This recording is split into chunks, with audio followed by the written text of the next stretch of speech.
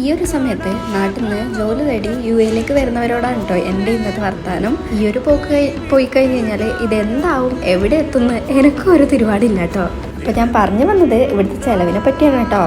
ആദ്യമെല്ലാം കണ്ണും പൂട്ടി വാങ്ങിയ സാധനങ്ങളൊക്കെ വില ഇപ്പോൾ കാണുമ്പോൾ കണ്ണ് തള്ളിപ്പോകുന്നൊരവസ്ഥയിലാണ്.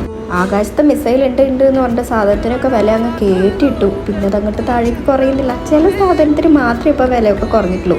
എസ്പെഷ്യലി നമ്മളെ തേങ്ങ എന്ന് പറയുന്ന സാധനം ഇത്രയും വലിയൊരു ആശാനാണെന്ന് ഞാൻ വിചാരിച്ചിട്ടാട്ടോ.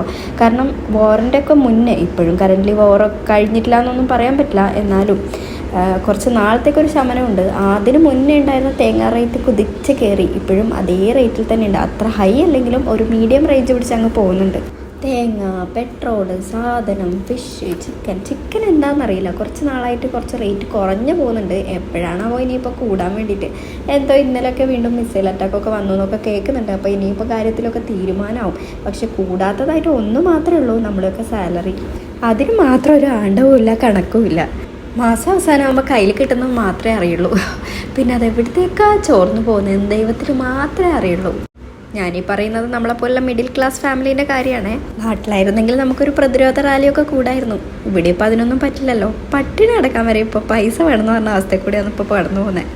ഈ ഓഫറൊക്കെ കണ്ടിട്ട് പല ഷോപ്പിൽ പോകുമ്പോഴും അപ്പോഴേ ഉണ്ടാവും വലിയ നീണ്ട നിര. എന്ത് ചെയ്യാനാ, എല്ലാവർക്കും ഈ പറഞ്ഞ പോലെ സാധനങ്ങൾ ലാഭത്തിന് വേണം. അപ്പോൾ പിന്നെ നീണ്ട നിരയിൽ നിന്നേ പറ്റുള്ളൂ.